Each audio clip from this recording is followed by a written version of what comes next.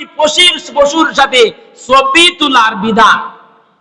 আমি যে 1 লাখ টাকা দিয়া 2 লাখ টাকা দিয়া কুরবানির জন্তু কিনলাম আর জন্তুর সাথে ছবি তুলিয়া নেটের মধ্যে আপলোড করলাম, এইটার বিধান কি? শরীয়ত এটাকে কি বলে?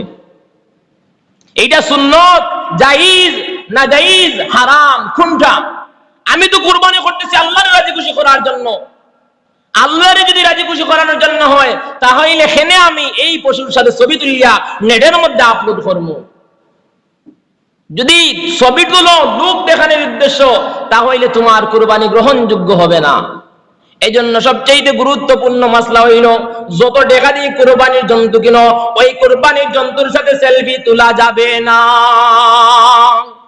এখন দেখা যায় আর একটা রুসুম বাড়াইছে, যেই মুহূর্তে ইমাম সাহেব কুরবানির জন্তু কি করতেছেন, জবাই করতে আসেন, আর একজনে ক্যামেরা ধইয়া বইতাছে, হে ভিডিও করে, কিছুক্ষণ পরে কি করে এটা টিকটকের মধ্যে ছাড়ে।